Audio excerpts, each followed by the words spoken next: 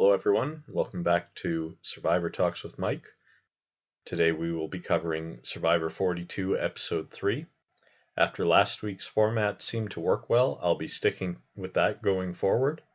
This was a pretty exciting episode, and I can't wait to hop right into the action. We'll start with the Ika Tribe, since they didn't really add much to this episode. We didn't get any confessionals from any of the members of their tribe or any time spent at their camp. We just see them at the challenge, where in the challenge they successfully get their ladder from the water, but they can't complete the water section until Jeff allows them to restart from the beach. This whole part of the challenge was insane to see, like the swelling of the water and just how much they were clearly struggling out there, and made me wonder how long they actually did spend out there, because I'm sure they cut it down quite a bit. But then once they restart from on the beach, Roxroy and Drea land the bags on the targets for them, and they end up in second place, getting them some tools. That's all we get from the Ika tribe in this episode. It's not much, but none of this episode was about them. The Taku Tribe, they've just came back from their tribal council. All of them voted together, all of them that remain, and staying as a strong group going forward. Marianne reveals to the rest of them that she got an extra vote, which maybe puts a target on her back. I think Lindsay didn't really like that. And it seems that they're all being open with each other, though. Marianne wants everyone to go on an idol hunt, and she tells us that she really wants to find this idol. She's watched every episode except for 6 of Tokujeans, which I thought was a weird group of episodes to have missed, because Tokujeans is one of my favorite seasons, so it seems odd to just stop halfway through and not finish it up. But whatever. She ends up finding an idol, or the Beware advantage, and opens it up. She finds out that she will no longer have a vote until she can activate her idol by saying her phrase at a challenge and having the other idol phrases activated as well. So at the challenge, she does say her phrase, but no one else says anything. During the challenge, Jonathan carries the team through the whole challenge. Like, he pretty much does the whole thing. He's carrying the ladder, he's pulling the other members who are struggling to swim through the water. Once they get to the point where they have to set up the ladder, he holds it up all on his own, and then Lindsay is the only other person who really does anything from their tribe. She climbs up the ladder and retrieves the key. And then at the end, he ends up throwing all of the bags onto the targets as well, them being the only tribe to actually complete the whole thing. And it was basically all on Jonathan's shoulders.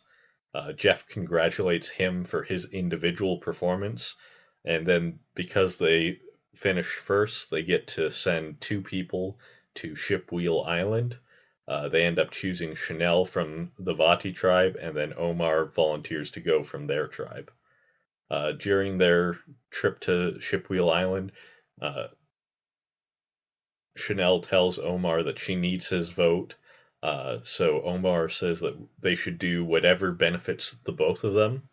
And so with that said, he risks his vote because he figures that Chanel needs her vote, and then this way he can get an extra vote. So it benefits the both of them to do that. Moving on to the Vati tribe, they are the main central focus of this episode. We find out that Daniel loses stuff all the time. Hai and Lydia are talking about him losing his water bottle and then losing his shoulder. I forget what else he lost in there. Daniel wants to reread the note on the idol, so Mike reluctantly lets him. And while he's rereading it, he finds out that if they vote him out, it doesn't cancel out the idols from the game. so he knows he has to keep Mike around. But then when he's giving the note back to Mike, Mike tells him that he had the idol too, and Daniel didn't realize that or forgot that, and he loses the idol. Luckily, they go back to where Daniel was reading it, and they are able to find the idol. But I don't know how that, like, what would have happened if they couldn't find it there. Would have been a weird situation. Uh, at the challenge, Mike decided not to say his phrase um, because he doesn't want to say it until the merge where it'll become activated anyways. They struggle during the challenge in the water portion until Jeff allows them to restart from the beach. They come close, but just barely lose. And I kind of have the feeling that if they had continued, the Vati tribe seemed closer to getting through the water portion than the Ika tribe was. So that might have ended up hurting them, the restart. But I'm sure they didn't mind because it looked like it was quite the struggle out there, and they could have been out there for a long time and tired out. Uh, so when Chanel gets sent to Shipwheel Island, she's worried that being away from the camp will cause the talk around camp to turn against her, but she is confident in her alliance. Uh, Mike and Jenny want to go for Lydia, and Lydia and Hai want to go for Jenny. Uh, while at Shipwheel Island, Chanel tells Omar that she needs her vote. Uh, then, for some reason, she thinks that she'll be okay to risk her vote after saying that. And when she returns, she has realized that she likely messed up and doesn't have a vote. But then she talks to Daniel and says that they have to try to force Hai and Lydia to split their votes so that they can vote Lydia out with uh, Mike and Jenny.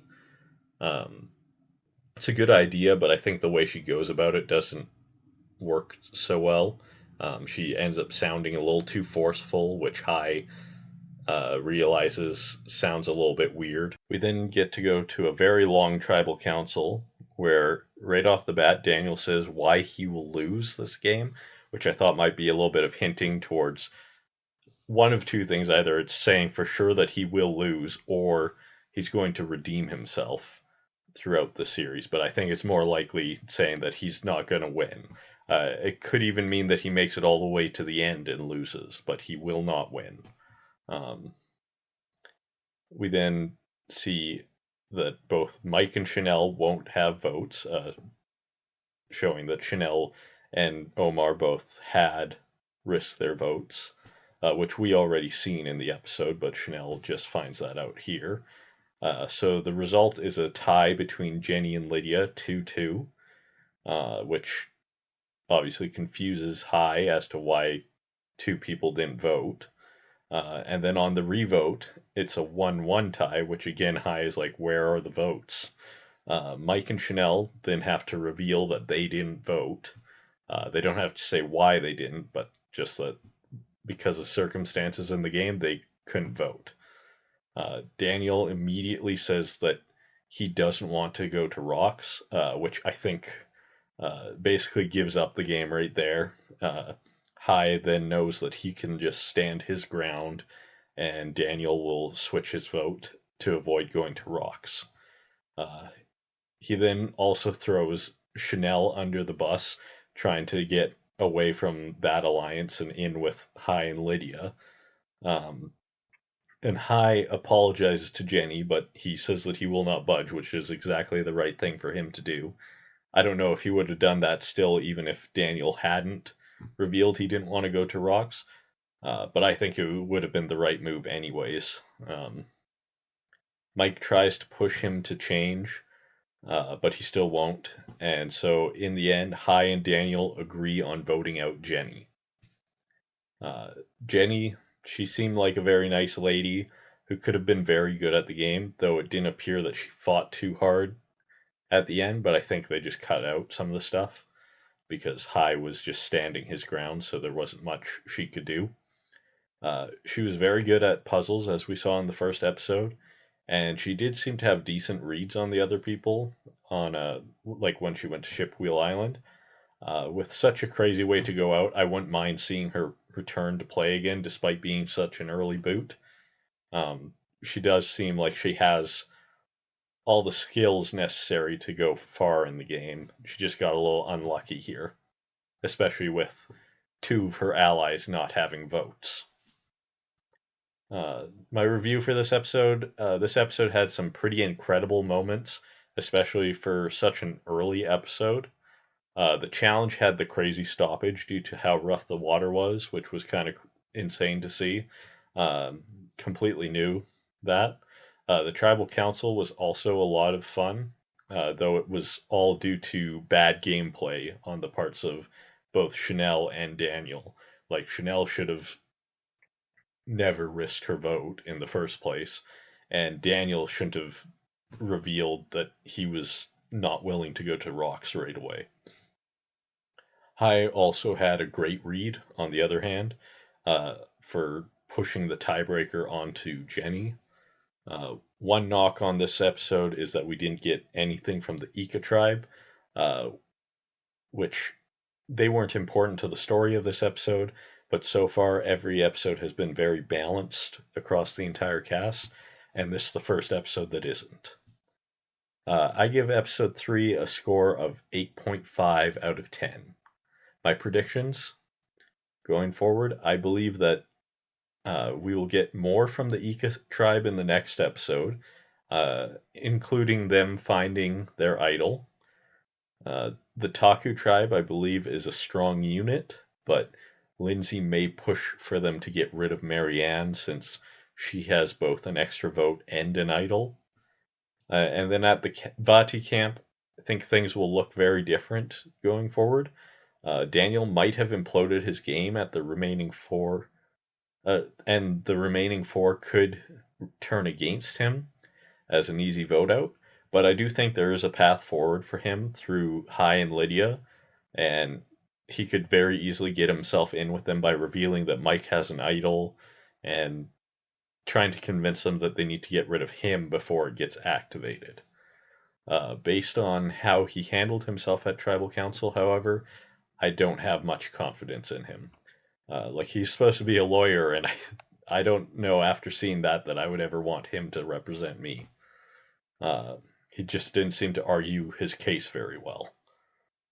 Hai handled himself very well and has moved himself back into being one of my top contenders, though Omar is still my winner pick at this point.